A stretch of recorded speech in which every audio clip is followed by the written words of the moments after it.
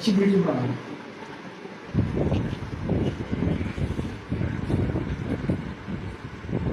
इस साइड पे आपको तकलीफ खिचड़ी इधर हो रही है, इधर हो रही है? दर्द इधर हो रही है और इधर से ये भी साइड है और ये भी साइड है। आपको पता है कि होते बराबर नहीं है। अब यहाँ आप देख रहे, अब ये बराबर होंगे पहले, ठीक है।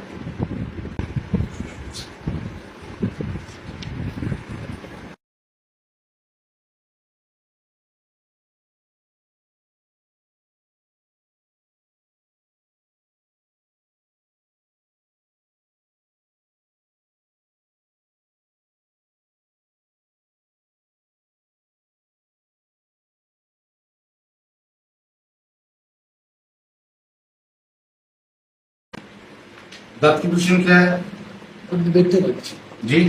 देखिए ऐसी बाजू पकड़ी, सिपाही पकड़े थे।